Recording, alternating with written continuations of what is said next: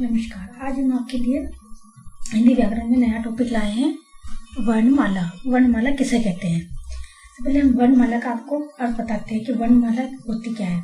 वर्णमाला वो होती है जो वर्ण उस मूल ध्वनि को कहते हैं जैसे खंड या टुकड़े नहीं किए जा सकते हैं। यह भाषा की सबसे छोटी इकाई होती है। यह भाषा की सबसे छोटी इकाई होती है, तो उसे हम वर्णमाला कहते हैं। और इसी तौर पर हम इसे कह सकते हैं कि वर्णमाला जो होती है वह वर्णों का व्यवस्थित समूह वर्णमाला कहलाता है। अब हम वर्णमाला के भेद पढ़ेंगे। वर्णमाला के भेद होते हैं दो प्रकार के, स्वर्ण वर्ण और व्यंजन वर्ण। ये कुल मिला के होते हैं 48 वर्ण होते हैं, जिसमें स्वर के होते हैं 11 और व्यंजन के होते हैं 25। तो स्वर में आपके आएगा जो अ, आ, ई, उ ये सब आते हैं, ये मूल स्वर होते हैं जो स्वर में आते हैं। और व्यंजन में आपके आएगा क, ख, ग, ड, प, छ, त, थ, ध, न, ये सब आपके व्यंजन वर्ण में आएगा। तो इस प्रकार हमने देखा है कि वर्णमाला जो होती है उसके दो प्रकार के भेद होते हैं, और जो वही सबसे छोटी इकाई होती है, शब्द की भाषा की सबसे छोटी इकाई होती है। इसमें एक आता है हमारे संयुक्त स्वर। संयुक्त स्वर वो होता है जो संयुक्त स्वर वो होता है जो च, छ, च, त्र, स्र और ग्र। हिंदी में ये संयुक्त व्यंजन है। ये स्वतंत्र वर्ण नहीं है, इसलिए हिंदी वर्णमाला में प्राय स्थान नहीं होता है, नहीं दिया जाता है इसका। इसी प्रकार से हम देखते हैं कि जो भी संयुक्त व्यंजन होते हैं मतलब आपस में जुड़े हुए होते हैं। कुछ व्यंजन तो जो दो या दो से अधिक व्यंजन से बनते हैं उसे संयुक्त व्यंजन कहते हैं। साधारण भाषा में हम इसे यही कहेंगे कि जो दो या दो से अधिक व्यंजनों के मिलने से बनते हैं, तो उसे हम संयुक्त व्यंजन कहते हैं। स्वरों की जो स्वर होते हैं, स्वरों की मात्रा किसे कहते हैं? स्वर जब व्यंजन से मिलते हैं तब इनका रूप बदल जाता है। स्वर के बदले रूप को ही हम क्या कहते हैं? मात्राएं कहते हैं। अब व्यंजन के उसके संयुक्त स्वर के दो भेद होते हैं। हस्व स्वर में आएगा अ, ई, उ, री, और दीर्घ स्वर में आएगा आ, ई, ए, ओ, औ। इस तरह से व्यंजन के भी तीन भेद होते हैं। पहला होता है स्पर्श, और दूसरा होता है अंतस्थ, और तीसरा होता है ऊष्म। इस प्रकार से हम देखते हैं व्यंजन के भी तीन भेद होते हैं। उसके बाद हमारा आता है व्यंजन के दो प्रकार। पहले हमने इसके भेद पढ़े, अब इसके हम प्रकार पढ़ रहे हैं। तो इसके प्रकार अनुसार और विसर्ग, ये इसके प्रकार है। ये दो व्यंजन है क्योंकि इनके उच्चारण में स्वर वर्ण मिला रहता है, इसलिए इसे अनुसार और विसर्ग कहते हैं। इसी प्रकार हम देखते हैं कि हिंदी ध्वनियों के जो उच्चारण स्थान है जहाँ से हिंदी ध्वनियाँ निकलती है, उसका उच्चारण जो स्थान है वो 9 प्रकार के होते हैं। 9 प्रकार के होते हैं। पहला होता है आपके कंठ। कंठ मतलब गला, जिसमें अ, आ, क, ख, ग ये शब्द निकलते हैं। तालु जो हमारे जीभ से होके निकलता है। हम जैसे त से बोलते ई, च, छ, ज, इस तरह से। मुदा में होता है री, ट, ढ, ड, न, इस तरह से। दंत जो दांत से निकलते हैं, दांतों के उससे स्वर से निकलते हैं, ध्वनियां निकलती है, उसे त, थ, द, इस तरह से। होस्ट मतलब होंठ, जो होंठों से शब्द निकलते हैं, उच्चारण निकलते हैं, जैसे उ, प, ब, फ, ब, इस तरह से। फिर कंठ तालु जो गले से भी निकलते हैं और जीभ से भी ऐसे निकलते हैं, जैसे ए। फिर कंठोष्ठ जो गले और होंठ दोनों से निकलते हैं, जैसे ओ, औ। आगे है दंतोष्ठ जो दांतों से और होठों से मिलकर निकलते हैं, जैसे व। इस तरह से हम देखते हैं कि हमारे जो उच्चारण स्थान है हिंदी के वे 9 प्रकार के होते हैं। और वर्णों की मात्राएं भी इसी तरह से 10 प्रकार की होती है। ऐसे तो कई मात्राएं जैसे 10 प्रकार की होती है, जैसे आ की मात्रा, बड़ी की मात्रा, ऊ की मात्रा, छोटी की मात्रा, इस तरह से।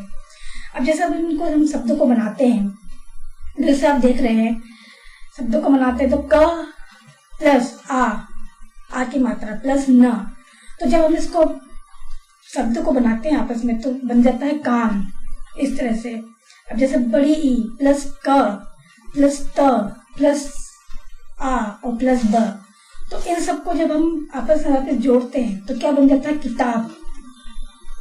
इसी तरह से आगे से भ प्लस आ प्लस ल प्लस बड़े ऊ की मात्रा, ये शब्द क्या बन गया मिलके भालू। तो इसी तरह से जो वर्ण है इनको हम जब आगे से आगे मिलाते जाते हैं तो वो एक शब्द का रूप ले लेता है।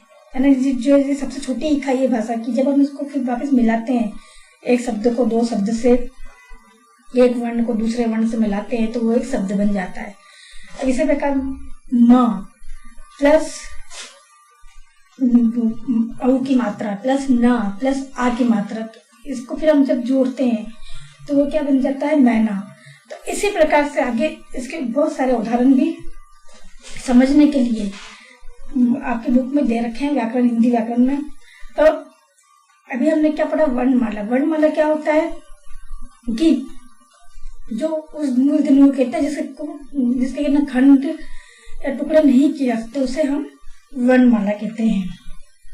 इसी प्रकार से हम आगे पढ़ेंगे शब्द। शब्द पढ़ेंगे। शब्द में अभी हमने वर्ण पढ़ा कि वर्ण जो सबसे छोटी इकाई होती है उसमें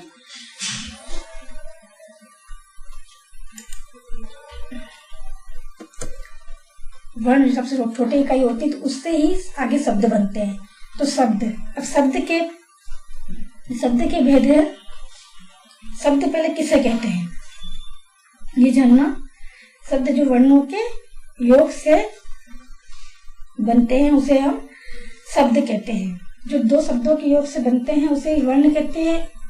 अन्य भाषा के शब्दों का आगमन होता है। इस दृष्टि से शब्द के कई प्रकार से भेद होते हैं। पहला भेद है हमारे अर्थ की दृष्टि से। तो अर्थ की दृष्टि से हमारे आता है पहला सार्थक। तो सार्थक मतलब जिसका कोई अर्थ ना हो। दूसरा आता है निरर्थक, जिसका कोई अर्थ नहीं होता। सार्थक का मतलब जिसका कोई अर्थ होता हो और निरर्थक का मतलब जिसका कोई अर्थ नहीं होता। जैसे पानी, वाणी, तो इसमें वाणी का कोई अर्थ नहीं है। इसी प्रकार गाय, वाय, तो वाय का कोई अर्थ नहीं है। इसी प्रकार रोटी, ओटी, तो ओटी का कोई भी इसमें अर्थ नहीं होता है। दूसरा आता है उत्पत्ति की दृष्टि से। उत्पत्ति की दृष्टि से संस्कृत उत्पत्ति किसे कहते हैं? पहले उत्पत्ति की दृष्टि में आपके सबसे पहले आएगा तत्सम। तो तत्सम किसे कहते हैं? संस्कृत के वे शब्द जो हिंदी में अपने मूल रूप से प्रचलित है तत्सम कहलाते हैं। वे तत्सम कहलाते हैं, जैसे अग्नि, सूर्य, दुग्ध, इस तरह से। दूसरा है आपके तद्भव। तद्भव में आपके आएगा संस्कृत के वे शब्द जो हिंदी में मूल रूप से प्रचलित न होकर विकृत रूप से प्रचलित होते हैं, वे तद्भव कहलाते हैं, जैसे आग, सूरज, दूध, इस तरह से। अब हमारे इसका तीसरा भेद आएगा देशज। देशज वो होता है जिसमें जिन शब्दों के मूल का पता नहीं है और जो स्थान विशेष पर बोले जाते हैं देशज कहलाते हैं, जैसे गाड़ी, रोड़ा, इस तरह से। चौथा आता है हमारे विदेशी। विदेशी वे शब्द हैं जो केवल विदेशी भाषाओं से आए हैं, उसे विदेशी शब्द कहते हैं, जैसे स्कूल, स्टेशन, इस तरह से। अब इसका तीसरा भेद है व्युत्पत्ति की दृष्टि से। व्युत्पत्ति की दृष्टि से सबसे पहला आएगा हमारा रूढ़। रूढ़ में वो होते हैं जो शब्द अन्य शब्दों के योग से नहीं बनते, वे रूढ़ कहलाते हैं, जैसे नाक, कान, हाथ, पैर, इस तरह से। यौगिक जो दो शब्दों के योग से बनते हैं वे यौगिक कहलाते हैं, जैसे घुड़सवार, झटपट, दूध वाला, इस तरह से। आगे है हमारे इस तरह से इसका योग रूढ़। योग रूढ़ वो होता है जो दो शब्दों से मिलकर बनने पर भी विशेष अर्थ देते हैं, वे योग रूढ़ कहलाते हैं, जैसे जलज, गिरधर, पंकज, इस तरह से। चौथा आता हमारा रूप परिवर्तन की दृष्टि से। रूप परिवर्तन की दृष्टि से इसका पहला भेद है विकारी। विकारी वह होता है जिन शब्दों के रूप में लिंग, वचन आदि की दृष्टि से परिवर्तन हो जाता है, उनको हम विकारी शब्द कहते हैं। जैसे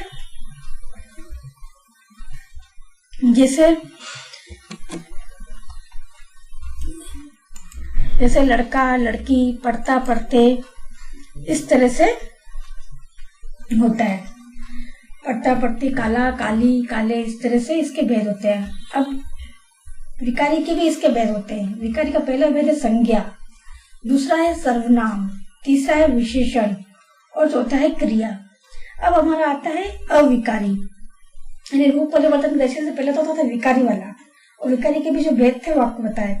अब दूसरा है अविकारी। अविकारी में जिन शब्दों के रूप में किसी भी दृष्टि से परिवर्तन नहीं होता है, उनको अविकारी कहते हैं।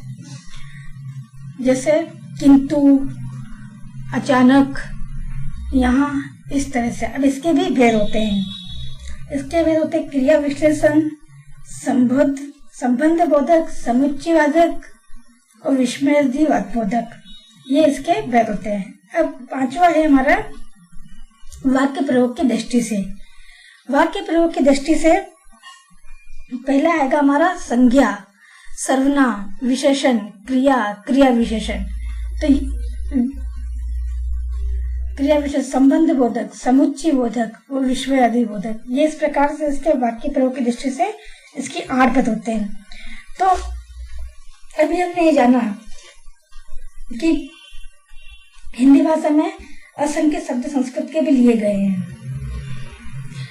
तो पहले हमने पढ़ा वर्णमाला। वर्णमाला में हमने क्या बताया कि जो इस भाषा की सबसे छोटी इकाई है, इसके टुकड़े किए जाते हैं ना, इसको अलग किया जाता है, तो इसे हम वर्णमाला कहते हैं। वर्णमाला को ही जोड़ के हम आगे इसके शब्दों का हम आगे शब्द बनाते हैं इसके, और शब्दों से ही फिर इसके वाक्य बनते हैं और आगे जाके इसके पूरे भेद खुलते हैं। तो हमने पहले वर्णमाला के डेफिनेशन, भेद, उपभेद, उसके स्वरों की मात्राएं और उसके जो उच्चारण स्थान थे वो पढ़े। उसके बाद हमने शब्द को लिया, शब्दों के भेद, फिर उसके उपभेद, फिर उसके उदाहरण।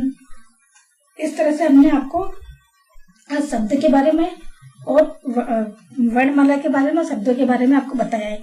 इसी प्रकार हम अपने नए नए टॉपिक लाते रहेंगे।